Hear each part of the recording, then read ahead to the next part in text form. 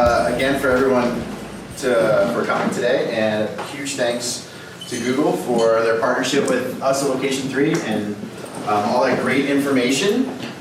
So we've got a panelist here, a group of folks that are all Denver-based digital marketers. So I'm going to have them kind of quickly introduce themselves. And then what we wanted to do today is just kind of go through a wide variety of topics in the digital space and have some Q&A at the end. And really just kind of an educational experience for all of us. What are kind of people thinking about in the digital space right now, and share our ideas, and then wrap it up because they're already bringing out the wine and appetizers. So we'll get that going as soon as possible. So really quickly, my name is Alex Porter. I'm the president of Location3 Media. We're going to do name, title, and your high school mascot. So my high school mascot was a Loyola Don, which is a Spanish gentleman.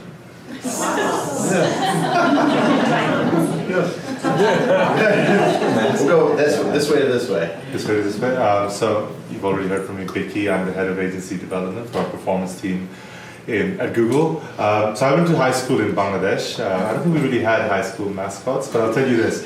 Whenever we played cricket, there were always lots of cows on the cricket field. So we kind of embraced them as our mascot. Lots of livestock, generally. Yeah. Hi, I'm Carly Nylund. I'm from the University of Denver. I'm the Associate Director for Enrollment Marketing at the Daniels College of Business. And my high school mascot was the tiger. So whenever I hear I have a tiger, I just kind of bust into my glory days.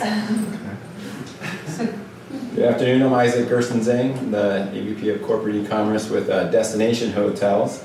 And I've been there for about 8 years, and I pretty much head up all the e-commerce there. And I, from Maryland, and our high school mascot was the Warriors. So, Sherwood Warriors. There you go. All right, I'm Kristen Schaffner, and I'm with HealthyCareers.com, and we're part of a system of brands that have industry-specific job portals. So Dice.com, HealthyCareers.com, eFinancialCareers, those all kind of fall within our parent brand. And I am fairly new to the organization, but I oversee all of our marketing efforts, including the digital marketing team.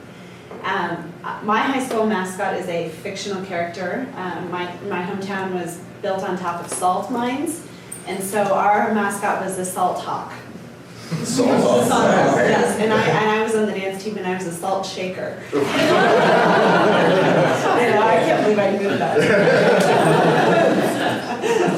So we talked a lot, or Google talked a lot about the concept of micro moments, and a lot around how it has a lot of local intent. But as we know, not every organization is local and kind of has a physical storefront. But there are the kind of the micro moments that really impact all of our marketing efforts. So just really quickly, you kind of go through and say, who is your kind of your target audience that you're trying to reach, and what is that kind of micro moment that you're looking to capture? Let's start over here. All right. So, as I said, I work for Healthy Careers, and we are a job portal for job seekers in the healthcare industry. So everyone from physicians and surgeons to occupational therapists to allied health, IT for hospitals. So a very varied audience, but all within the healthcare industry. And the majority of our marketing, of course, is to try and reach a job seeker at the moment that they have decided it's time to make a change, or they want to look for a new opportunity. And so I would say our micro moment is reaching that seeker at the time that they decide, I want to look for a job. And being there and being present in the search results, being present through display advertising. Just the awareness piece is so important to us, because we need to try and find ways to reach that audience at the time that they are ready to start searching. So, we're here to question, so I want to make sure I answer. Who's your target audience? Like, who are you trying to reach, and what kind of micro moment are you trying to make sure you're there for? I got hung up on the micro moment. I forgot the target audience part. I was thinking about that piece. But no, our target audience is really people that want to travel, right? When we look at the age demographics, it's really 25 to 70 plus, right? Anybody who's looking to travel, and how do we impact them, and how do we reach them? because there's different targets as well. We look at the leisure guest that's just looking for a vacation, but we're also looking for companies and corporations that want to have their meetings at their places, and people are looking to get married. So it's a wide range of kind of targets that we're always coming up with strategies on and have to balance, the group versus what that leisure looks like. And from the micro moment standpoint, I mean, it's like you said, it's where we want to be there when the person is going through that consumer or that moment of intent. And I think what's fun about the micro moments as well, and in my mind, it's what it's doing, or that term micro moments. It's kind of just putting. I think the term is new, and we're all starting to use that, but it's kind of bringing to the forefront really, and makes it easier for us to teach our properties, because each of our hotels are in charge of their own budgets and their own media spend or SEO or whatever. But what it does is it wraps it in a nice little bow saying, hey, this is why you need to advertise. This is why you need to do search engine optimization or PPC, because now we're saying we're putting it in a very visual way in the micro moments. And where it's important is that we're sitting at dinner one night and you're sitting there talking about with your friends or your wife or husband or whatever, and say, you know what, I'm looking to go travel this weekend. Where should we go this summer? And you also start talking about ideas, and you pop open your phone and you're looking, right? And that's where all of a sudden you want that information. We want to be found. So when someone puts in, I'm looking for a San Diego vacation, right? So we need to be there and pop up, whether it's a video or a PPC ad or something very experiential. How do we capture that guest? And the micro moment allows us to really define what that is and help showcase that in a visual way. So I think it's pretty cool how it's done that. Nice.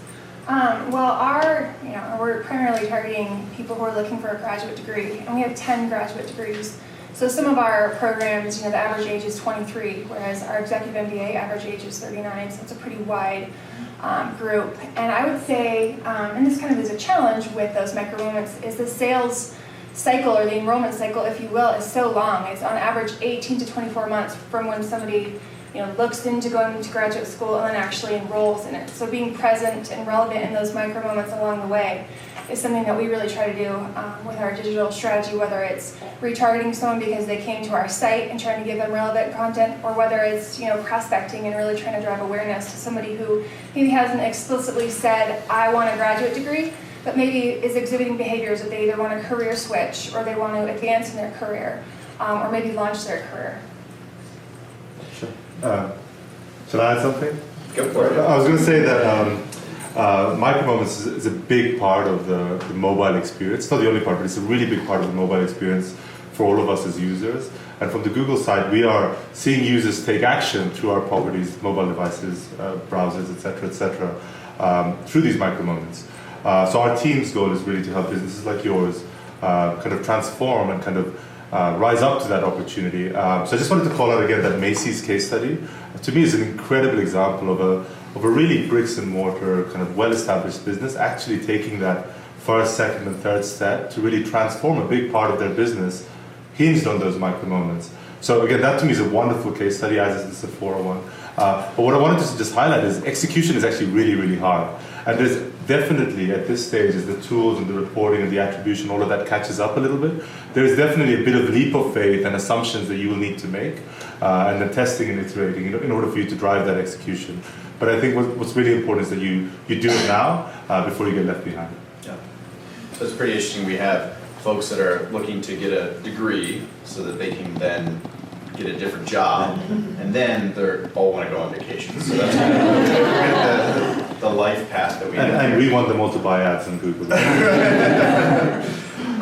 So kind of to that point, kind of interested in your guys' role right now as it fits in the marketing organization. I think one of the things that when we talk about omni-channel and integrated marketing and kind of we have silos of digital and traditional and things like that, how are you in your organizations looking at traditional marketing? Is traditional marketing even part of kind of what goes on, and how has that maybe changed over your careers or within your organizations over the last years? Anyone wants to? This is the point where we didn't assign questions, so we don't all have to answer everything, but whoever. We have, I have a really limited budget. We're a nonprofit, and it's never guaranteed what the budget's going to be. So we've definitely steered away more from digital, or from traditional to digital, and almost 100% of our budget is actually allocated towards digital. Measurable, trackable, easy, very fluid. So, we definitely steer away from traditional to a large extent. And I would say, as I mentioned, I'm new to Healthy Careers, but in the last 10 years or so, I worked for a few organizations where we had very large marketing budgets, and we did everything from broadcast to digital to, this new environment where I'm at with the HEC, where our budgets are smaller and we have to make them work harder for us. And we have a very niche audience. So sometimes a broadcast media strategy would be a lot of waste for us. And so we are looking to digital marketing in even more strategic ways to make sure that we're hitting our audience in their micro moment, but especially using the targeting strategies to make sure that we are finding those job seekers in the healthcare industry, which is pretty kind of niche audience, and hitting them often and being very relevant at the time they're doing that search. So for us, online digital marketing is really where it's at. We've dabbled a little bit in some out of home to help with an awareness campaign in a few markets, and I do think we kind of saw the two working together, but as I look at broadening things and reaching newer markets, digital is going to get us farther along, I believe. So a question for you. So big data is a buzzword that has been growing over the last 5 years or so. If we looked at a Google search trend, I would imagine we'd see a nice little spike of people looking at and talking about big data. Curious in your experiences right now, when we think of big data, collecting all this various information, when we look at the Lumascape, all the various marketing programs we have all this data coming to us digitally, and like we just mentioned about the trackability of it all. How is it actually coming to life in real life? Is it all coming together? And if it's not, what are some of the unique challenges? And I know, for you guys, you just went through an acquisition or a merger, and so the two different systems coming together. I don't know if you could kind of speak to that, just this concept of big data, and actually, is it actually playing out in real life? Yeah, well, no, I think that big data, that term, it's critically important, especially for us, right? But I think that what we're looking at more is how do we capture all of that data, right? It's that big data, we have all this information that we can start capturing from our guests, right? From the typical stuff you get online, their email addresses, how often they stay at our hotels. But when we start talking about big data, it's how much more insights can we start garnering from them, right?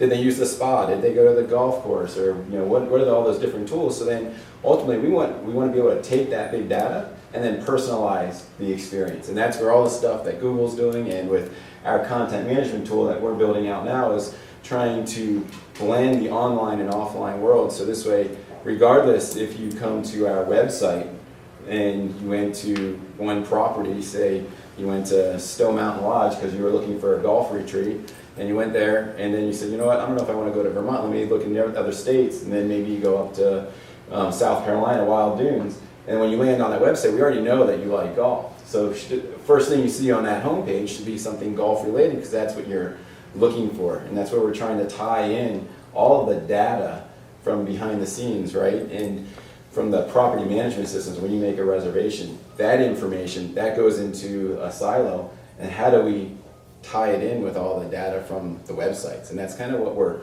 working through now, but we're part of the way there, but you also it's easy to capture the data, but I think the hardest part is figuring out what's that strategy, and how do we start utilizing it, and utilize it in a way that's not creepy, but that's really impactful.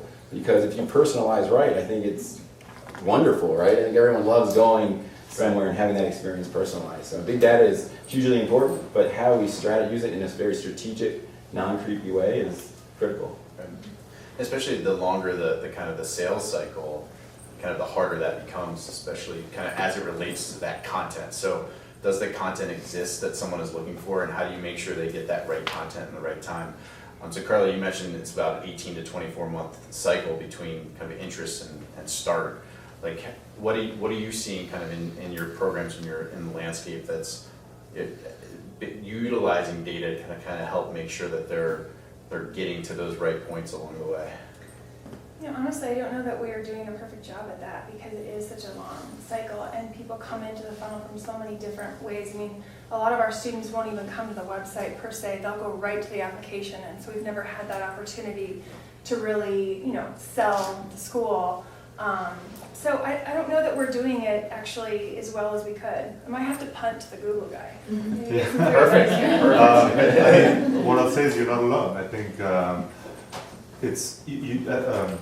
you're capturing all of this data. It's all there. It's all available through your advertising and through your business, your site, your offline signals and things like that. It's really hard to make sense of it and actually try and bubble up the insights that actually drive action, and then find the kind of dashboards and the stuff that you can do to actually utilize those on a daily basis, or a daily, weekly, monthly basis. It's really hard. But I do think it is an area where everybody should be investing. As more of those signals come to the fore, it only makes sense for you guys to think more and more about it. So if you feel you're kind of a little bit behind, now is definitely the time to try and at least identify what are the 2 or 3 ones, 2 or 3 signals that could really drive action for your business, and focus on those. I think that's the key. There's so much out there. How do you simplify it is really, really important. And I'll share an anecdote. At Google, again, we have so much data that whenever we try and set targets for our teams, it's very easy for us to set like 75 different targets, from revenue to partner satisfaction to client satisfaction to retention to churn. There's so many things that we can do. Our team actually called us out on it and said, hey, simplify. And literally the whole of this year we've spent trying to simplify the measurement and the tracking that we do for our team. So it's not easy, but you need to make a start for sure. Well, it's a good segue to just kind of the concept of attribution in general. So just, attribution in its most basic form is just trying to assign credit to where this conversion came from, and then ultimately using that data to inform your marketing strategies moving forward. There's a number of kind of tools out there. You've got Google Analytics that provides some information. DoubleClick, you can pay for Google Premium. There's a host of companies out there that offer attribution modeling. But I'm curious to just, in your perspective, what are I don't know, maybe how close are you to actually being able to look at attribution, and maybe what are some roadblocks to being able to really map that out? I'll throw it to you. Well, in this current environment or in past environments. And then. As I kind of blend a few of the positions I've had over the last decade, I feel like it's kind of like that holy grail. Everybody's always looking for attribution and proving the value of all the different kind of touch points in a channel. I think in some places we've probably done it better than in others, and it kind of goes back to what data do we have, what data do we believe in and trust. But I think in cases I can think of, it's come in, even if we don't believe attribution, that we fully understand it end to end, when we begin to see correlation and relationships between doing something with one tactic and we see a lift in another, I always look for ways to kind of draw that connection and kind of create the argument that it's the sum of a lot of little parts that help with awareness and driving traffic. It's not one big silver bullet, but it's how they work together. And I think display advertising is one of those kind of really important tactics. If you looked at that in a silo alone, the cost that display can consume out of your budget, it might be hard to justify on its own. But when you can kind of draw the story that a person who ultimately converted on your site engaged at some point upstream with the banner a couple of times, and they came to you through an organic search, and then they clicked on a paid search ad and ultimately converted. I like to think that all those things work together, and so I think that's a fuzzy way of saying attribution. Mm-hmm. It works. We just may not always know exactly what value to place at each touch point, but they somehow are working together. Yeah, I mean, I would agree. I think for us, we definitely look at the attribution models and kind of what that flow is, but I don't think we look at it enough per se. And I think it's very powerful, but it also muddies things a little bit in what we're doing. Like typically what we look at is last click, right? When you're doing pay per click, it always seems to be when we're looking at brand terms, right? So for our hotels, the Inverness Hotel, that's going to have a really high ROI. But then we try to what we look at is the funnel, right? And that's kind of that whole attribution. What's at the top of the funnel? It's those display ads, and when you're doing the primary searches on, Colorado hotels, and then you kind of dial it down to the brand term, and that's where we always see the ROI. And that's where the attribution model really helps, because you can start to show the steps along the way. But as much as we try to educate our properties on where to put their budget, they always come back to that thing that has that high ROI. Right. So we have that challenge of saying, okay, you need to put your money here, but then you're going to see the ROI down here. And so I think to your point, where do you put, how much value do you put to every touch point is what needs to be better defined in a sense, because now what the properties ask is, well, okay, I'm going to put X amount in the high ROI, but how much do I put up here in the top of the funnel, because that costs a lot more. Right. So at the end of the day, I'm not going to see as much revenue. So I think it's great, but it also just creates a lot of great conversation. Yeah, I mean, how many of us in this room have had the conversation with someone at typically a C-level that says, brand's working great, get more of that. Anyone have those conversations? One of the biggest challenges from an attribution standpoint, we've talked about mobile and the growth of mobile and cross-device. So all of us doing our micro moments, on this device, doing the research, and then later on doing that conversion on a brand term. And so sometimes, and if you don't mind me using this antidote, and you don't know what it is, so I don't know how you're going to say no. But I was given the opportunity to go to the destination conference, and I had a few people saying, hey, our mobile is just not performing. We don't want to do mobile because it's not in our report. There's no revenue. And just kind of take a step back and let's not stare at the spreadsheet and just think about real life, right? If someone's looking for a luxury San Antonio hotel and La Cantera shows up and they go and look at it and say, this is amazing, and then 2 days later they convert on a brand term, well, they would have never found it if they hadn't done that. And so that's sometimes some as marketers, we also have to be storytellers with the data, and sometimes the data doesn't match up perfectly with what we're doing, right? And something we have to be able to kind of put a little context around that, I find, which can lead to some interesting conversations. Exactly. Well, that example was spot on, because that's what we see all the time.